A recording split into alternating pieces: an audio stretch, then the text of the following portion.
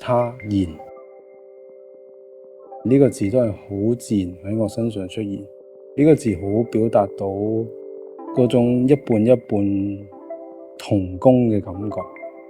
因為佢正正就係兩個字形成一個詞語，就係他同然。咁我呢樣都係我一路創作好重要嘅嗰一個狀態，所以我嘅作品全部都文字嘅表達係有缺乏，有陣時相片嘅表達都會有缺乏，有陣時就係要親身去感受嗰個力量，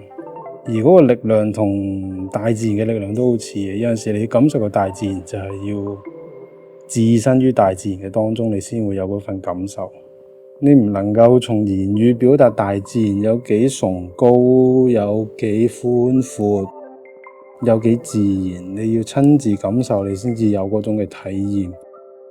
我諗我做嘅嘢都係咁，都係需要有嗰種嘅體驗經歷，你先至會明。